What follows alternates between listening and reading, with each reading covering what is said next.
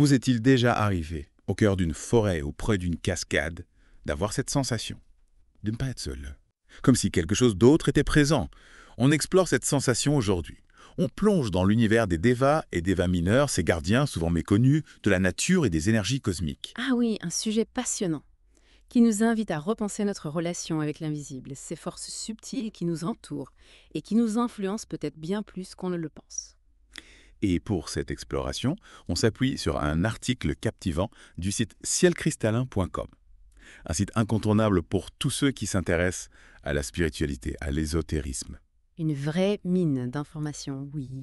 Alors, que vous soyez familier avec le terme Deva ou non, on va découvrir ensemble pourquoi ces êtres sont importants, quel est leur rôle, et comment ce concept ancestral trouve un écho, même aujourd'hui.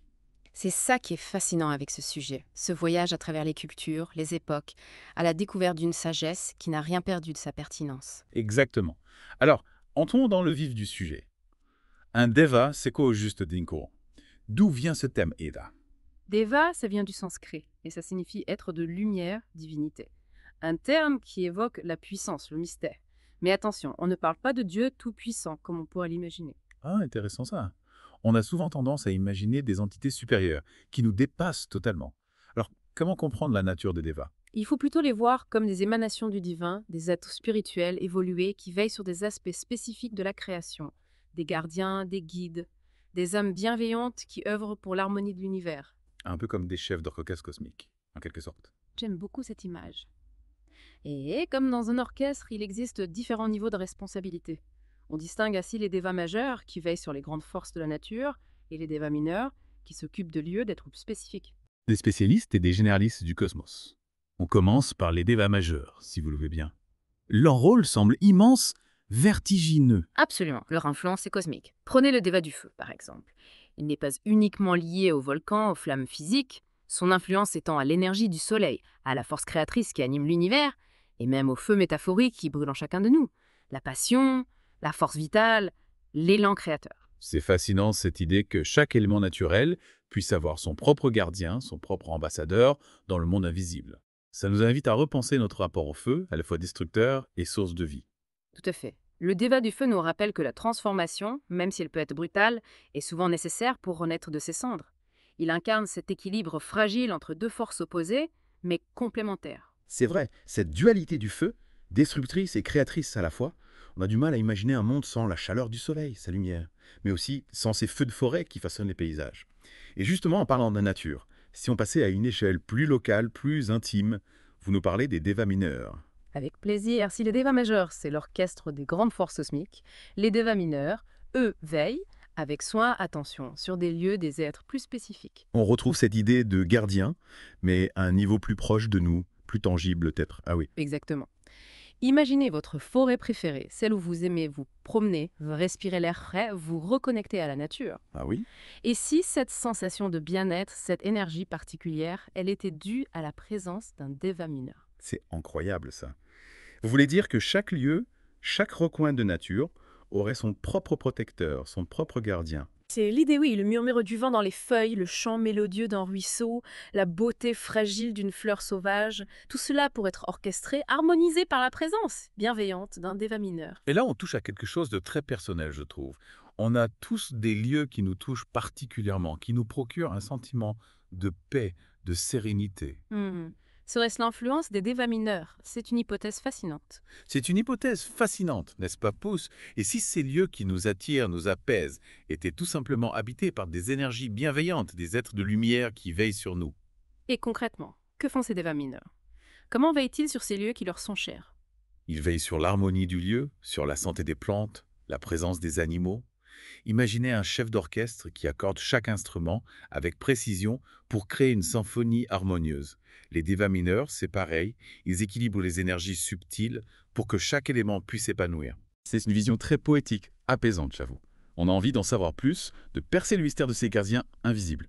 D'ailleurs, l'article de cielcristallin.com, il mentionne qu'il serait possible d'entrer en contact avec ces devas mineurs, d'établir un lien avec eux. Qu'en pensez-vous? C'est une simple croyance, ou il y a des pratiques concrètes pour y parvenir, Anne?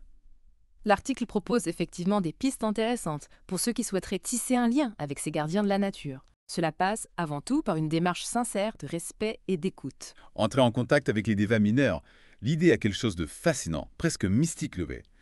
Mais concrètement, par où on commence? Comment créer un lien avec des êtres invisibles?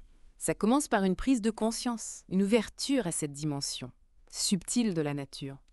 Imaginez-vous en train de vous promener dans cette forêt, ce jardin, ce lieu qui vous appelle. Au lieu de simplement le contempler passivement, essayez de ressentir son énergie, d'écouter ses murmures. Un peu comme si on cherchait à saisir l'âme du lieu, son essence profonde. Précisément. Prenez le temps de vous asseoir, de respirer profondément, de vous imprégner de l'atmosphère. Et adressez-vous silencieusement au déva mineur qui veille sur ce lieu. Remerciez-le pour la beauté qui vous entoure, pour l'énergie bienfaisante que vous ressentez. Un acte de gratitude, tout simplement. Et l'article mentionne aussi des rituels de purification énergétique avec de la sauge de Palo Santo. Oui, ce sont des pratiques qui peuvent aider à purifier l'énergie d'un lieu, à créer un espace sacré, propice à la connexion avec l'invisible. Mais attention, on ne parle pas de formule magique, hein. L'intention est primordiale. C'est-à-dire, Il est important d'aborder ces pratiques avec respect, humilité, en conscience. Il ne s'agit pas de contrôler les énergies, mais plutôt de se mettre en harmonie avec elles. et si on se sent appelé par un lieu en particulier, si on ressent une connexion profonde, est-ce que ça peut signifier qu'on a un rôle à jouer en tant que déva mineur? L'article évoque cette possibilité, oui.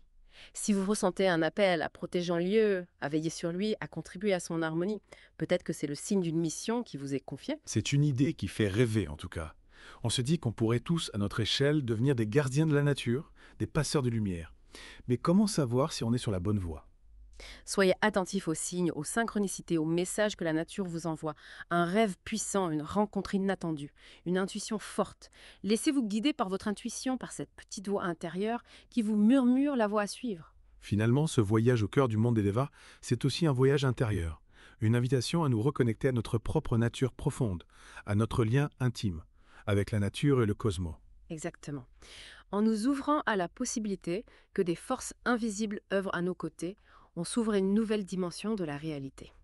Une dimension où la magie, le sacré reprennent leur place dans nos vies. Une belle note d'espoir pour conclure cette exploration fascinante. Un grand merci à vous pour ce plongeon captivant dans le monde des Devas. J'espère que nos auditeurs ont autant apprécié que moi ce voyage au cœur de l'invisible. N'oubliez pas d'aller faire un tour sur cielcristallin.com pour approfondir le sujet. À bientôt pour de nouvelles découvertes vertes.